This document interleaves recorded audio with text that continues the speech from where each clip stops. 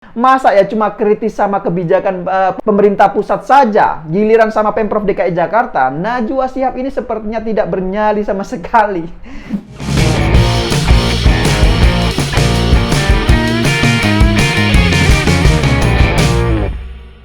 Ya, jumpa lagi dengan saya Yusuf Muhammad.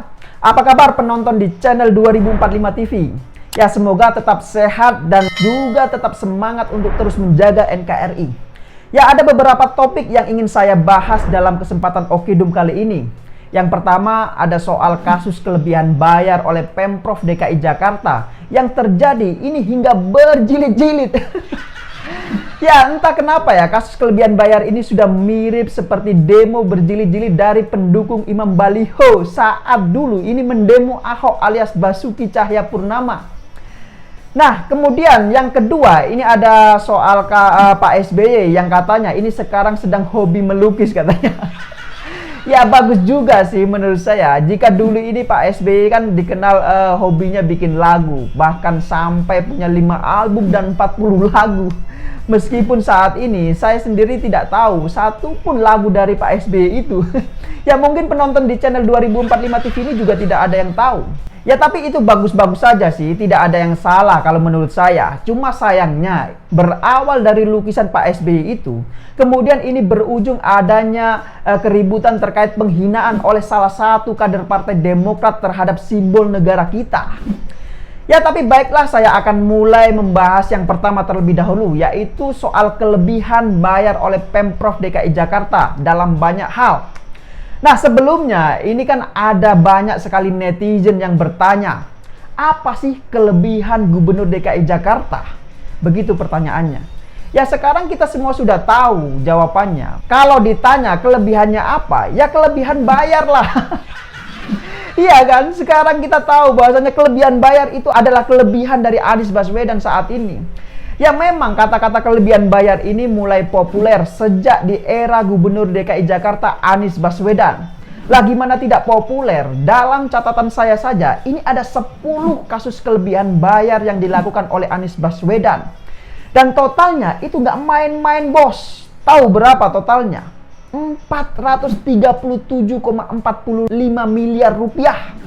Hampir setengah triliun rupiah, bos. Dan itu semuanya adalah uang, bukan daun, apalagi pasir.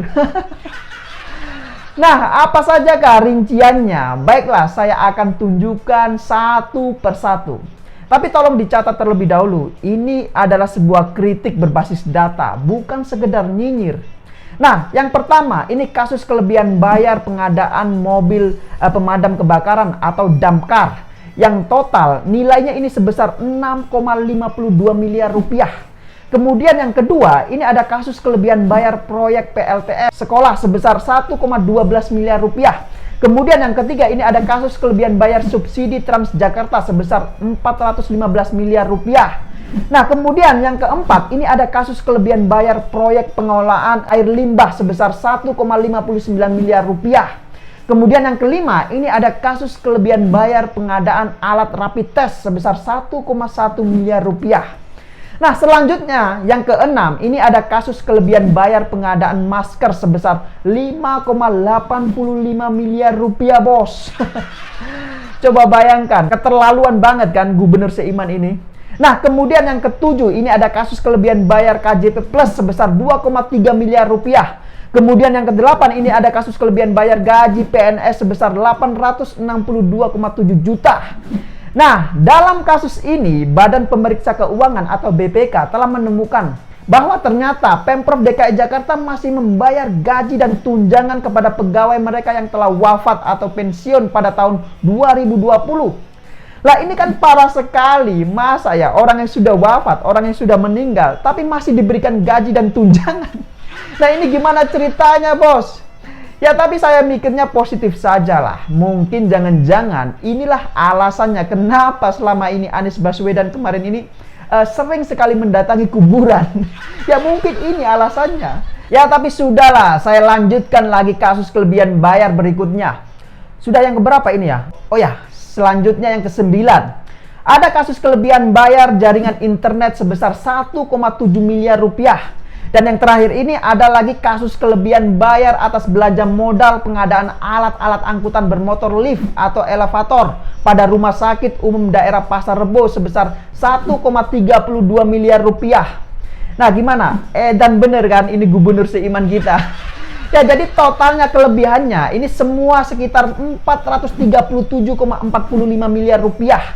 Coba bayangkan, hampir setengah triliun rupiah, bos. Jadi gimana? Apakah yang seperti ini akan terus saja dibiarkan? Ya asal tahu saja ya, modus kelebihan bayar yang berulang kali seperti ini bisa jadi celah untuk ajang korupsi. Jadi ya sudah seharusnya lah menjadi perhatian bagi KPK dan penegak hukum lainnya. Nah tapi saya sendiri heran juga, walaupun sudah berulang kali Pemprov DKI Jakarta ini kelebihan bayar, tapi kenapa ya orang seperti Najwa Shihab misalnya, ini kok sepertinya tenang-tenang saja.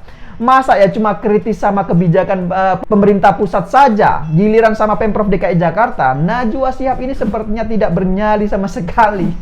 Ya tapi gak apa-apa juga sih, kalau memang tidak ada yang berani, ya biarkan saya saja yang menyuarakan persoalan ini melalui di channel 2045 TV.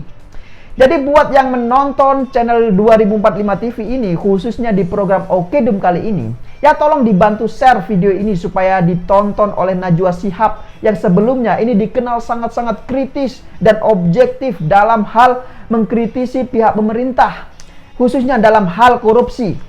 Nah oke lah, selanjutnya yang kedua saya akan membahas soal Pak SBY yang sekarang ini katanya mulai hobi melukis. Bahkan karena lukisan itu berujung adanya penghinaan terhadap simbol negara kita oleh kader-kader partainya. Jadi ceritanya begini, kemarin ini salah satu kader Partai Demokrat yang bernama Rahlan Nasidik melalui akun Twitternya, dia memposting sebuah foto SBY dan lukisannya itu dengan narasi seperti ini. Sambil menjalankan PPKM, Pak SBY memilih melatih bakat melukisnya di studio beliau di Cikeas. Ini lukisan terbaru, pantai di Pacitan, biru di langit, biru di laut, bersatu dalam jiwa, memberi teduh dan mencipta ketenangan. Indahnya negeri tanpa merah amarah dan amukan wabah. Begitu cuitannya melalui akun Twitter @RahlanNasidik pada pukul 17:18 pada tanggal 7 Agustus 2021. Nah untung ya saya masih sempat men-screenshot cuitannya itu. Nah jadi dari cuitan itu kemudian ada netizen yang berkomentar menanyakan, kapan lukis Candi Hambalang? Nah terus dibalaslah oleh kader Demokrat Rahlan Nasidik ini dengan meme foto yang menghina terhadap lagu Indonesia Raya, Burung Garuda dan Presiden RI dengan narasi ini lebih menarik. Begitu balasannya. Nah akhirnya apa? Ya kemudian netizen ini ramai-ramai mempermasalahkan meme yang diposting oleh kader Demokrat ini. Bahkan mereka yang tidak pro terhadap Jokowi pun ini juga ikut emosi. Lah gimana tidak emosi ya? Lagu kebangsaan Indonesia Raya dan Burung Garuda ini dipermainkan seperti itu oleh kader Partai Demokrat. Ya mereka jelas marah lah. Bukan hanya pendukung dari Presiden Jokowi saja yang marah, tapi semua orang banyak yang marah. Nah, dari kejadian itu kemudian banyak netizen yang mengedit foto SBY seakan-akan Pak SBY ini sedang melukis proyek Mangkrak Hambalang. Nah, ini fotonya. Nah, ada lagi ini. Foto pesawat presiden sedang melintas di atas proyek Mangkrak Hambalang. Ya, memang netizen Indonesia ini selalu kreatif kalau soal beginian menurut saya. Tapi ada hal yang lucu lagi, setelah kader Partai Demokrat ini ramai-ramai dikecam oleh netizen, ternyata dia ini ngaku bahwa akunnya ini telah diretas. Ya ini sih panik saja kalau menurut saya, ya kan? Ya panik lah karena cuitannya ini sudah sangat keterlaluan menghina simbol negara kita. Ya jadi panik lah dia. Ya tapi lucunya ya, Rahlan Nasidik ini malah bikin video juga. Katanya akunnya ini diretas sejak tanggal 8 Agustus. Tapi lagi-lagi kebohongannya ini dibongkar oleh netizen.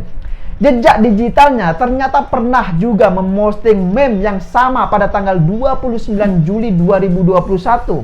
Nah ini bukti screenshotnya.